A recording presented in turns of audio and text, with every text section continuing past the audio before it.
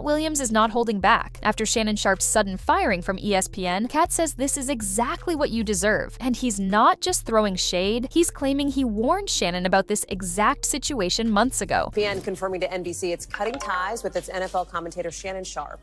The move coming after Sharpe, of course, the Hall of Fame tight end, settled a lawsuit accusing him of sexual assault and battery. The timing couldn't be worse. Just days before, Shannon had settled a $50 million lawsuit with a young OnlyFans model. Now, his career with ESPN is over, his reputation is in flames, and the internet is eating it up. Very grateful for that, but I just wished, of all things, like I said, hey, they did what they felt they needed to do, and I'm at peace with that. But I just wish, guys, this thing could have waited until Monday. Katt's words hit hard because they weren't random. He says he saw the setup coming from a mile away. And if you remember his Club Shay interview, you know exactly what he told Shannon to avoid. I think white women are as great as any other women.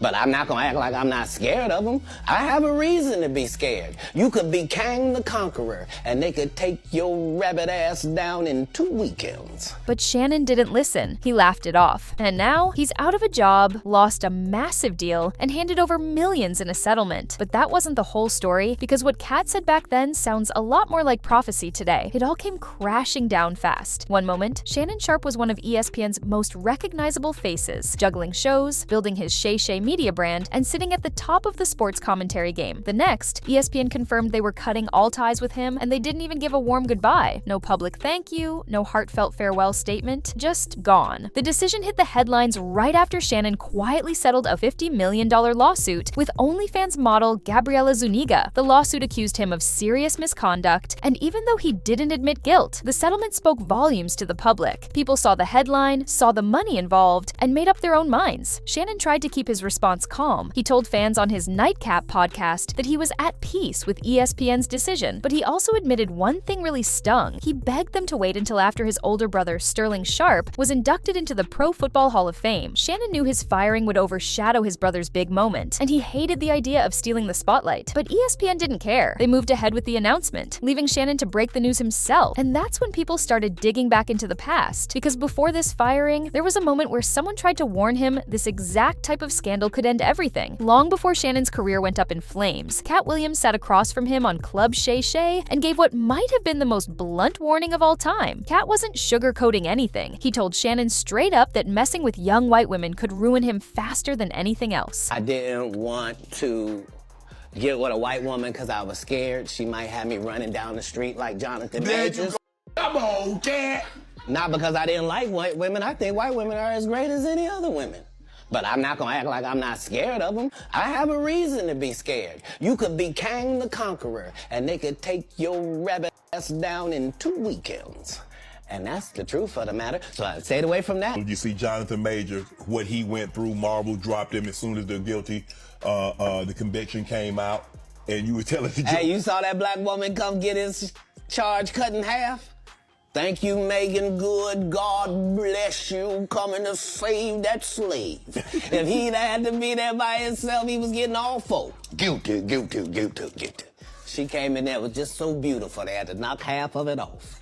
Bless his heart. Katt used the Jonathan Majors situation as an example. He said, you could be Kang the Conqueror, and they could take your rabbit self down in 2 weekends. He even admitted he stayed away from certain situations out of fear of being set up. It wasn't about hate, it was about survival in a system that, as Katt put it, can flip on you overnight. It was one of those moments where Katt wrapped the truth inside a joke. The audience laughed, Shannon chuckled, and the conversation moved on. But for anyone really listening, the message was clear. Don't give anyone the ammo to take you down. What makes it even wilder is that insiders claim Katt already knew about Shannon's connection to Gabriela Zuniga before the lawsuit became public. The way they tell it, Katt wasn't just speaking in hypotheticals. He was calling out a trap he could see forming in real time. But instead of taking that warning seriously, Shannon shrugged it off. And in hindsight, that moment feels less like casual banter and more like prophecy. And Katt wasn't the only one trying to steer him away from danger. Another big voice gave Shannon similar advice, right to his face. Not long after Katt Williams' appearance, Shannon Sharpe had another guest on Club Shay who didn't hold back, comedian and actress Monique. And just like Katt, she wasn't there to flatter him. She looked Shannon dead in the eye and told him something he probably didn't want to hear. I'm grateful I'm not 56 and trying.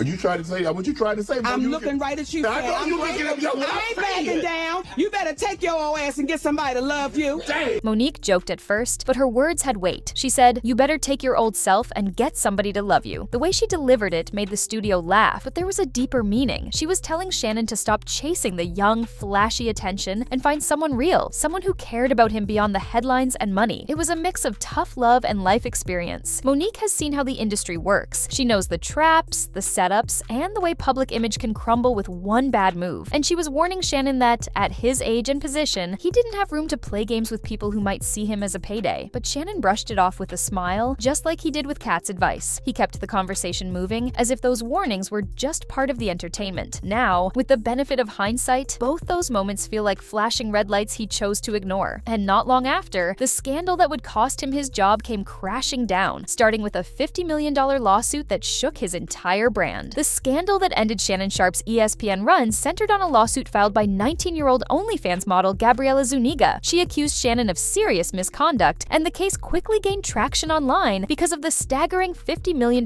price tag attached to it. Shannon eventually chose to settle. While he never admitted guilt, the settlement alone was enough for the public to form their own opinions. The timing made it worse. Just days after agreeing to pay, ESPN pulled the plug on his contract. What caught everyone's attention was Gabriela's next move. Within 24 hours of the settlement news breaking, she announced she was retiring from OnlyFans. In her farewell message, she thanked supporters, hinted at exciting new projects, and made it clear she was financially set for life. Social media couldn't resist pointing out the obvious. Shannon had essentially bankrolled her early retirement. Memes popped up calling him a walking ATM, and the story became less about the legal details and more about how easily he had been played. For many, this cemented the idea that Shannon ignored every warning sign, and the backlash was just getting started because old clips of him talking about money and family soon came back to bite him in the worst way. As if the lawsuit and firing weren't enough, old comments from Shannon Sharpe resurfaced and poured gasoline on the fire. In a past interview, Shannon said he wouldn't spend more than $30,000 on his daughter's wedding. He framed it as being practical with money. But now, that clip hit differently. Fans immediately compared it to the millions he just agreed to pay Gabriela Zuniga. To them, it wasn't about being frugal, it was about priorities. Memes and tweets flooded in, calling him a hypocrite for limiting his own daughter's big day while writing a massive check to someone who, in the public's eyes, saw him as an easy payday. Leaked texts made it worse. They allegedly showed Gabriela charging Shannon $25,000 for each cheat. That number sat uncomfortably close to his daughter's entire wedding budget. By this point, Shannon wasn't just dealing with a scandal, he was dealing with a total collapse of his public image. And the fallout only deepened when a huge career-changing deal slipped through his fingers. Right before Gabriela's lawsuit hit, Shannon Sharpe was on the verge of the biggest move of his career, a media deal reportedly worth over $100 million. The plan was to package all of his Shay media shows under one massive contract, including Club Shay, Nightcap, The Bubba Dub Show, Club 520, and Humble Baddies. On April 18th, just 3 days before the lawsuit was filed, sports media outlets were reporting that the deal was all but done. It would have cemented Shannon as a podcast mogul and given him ownership-level control over his content empire. But once the lawsuit dropped, the deal evaporated. Negotiations stalled, sponsors backed away, and the networks involved wanted nothing to do with a brand that now carried a public scandal. In less than a week, Shannon went from building a media empire to watching the foundation crumble, and ESPN's next move made it clear they weren't going to protect him. When it came time to cut ties, ESPN didn't waste energy softening the blow. There was no heartfelt press release, no thank you video montage, just a quiet confirmation that Shannon Sharpe was out. Even People magazine reached out for comment, and ESPN declined to say a word. What stung most for Shannon was the timing. He revealed on his Nightcap podcast that he had begged the network to delay the announcement until after his older brother, Sterling Sharpe, was inducted into the Pro Football Hall of Fame. Shannon didn't want his scandal overshadowing Sterling's moment in history, but ESPN and Disney ignored the request and moved forward. Get started. Obviously,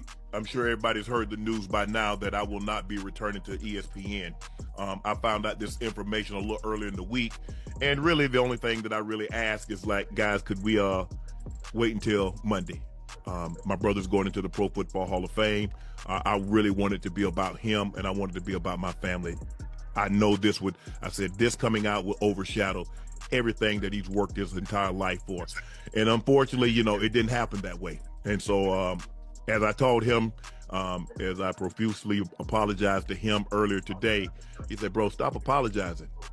You don't have to apologize. I'm your big bro. I'm going to love you regardless.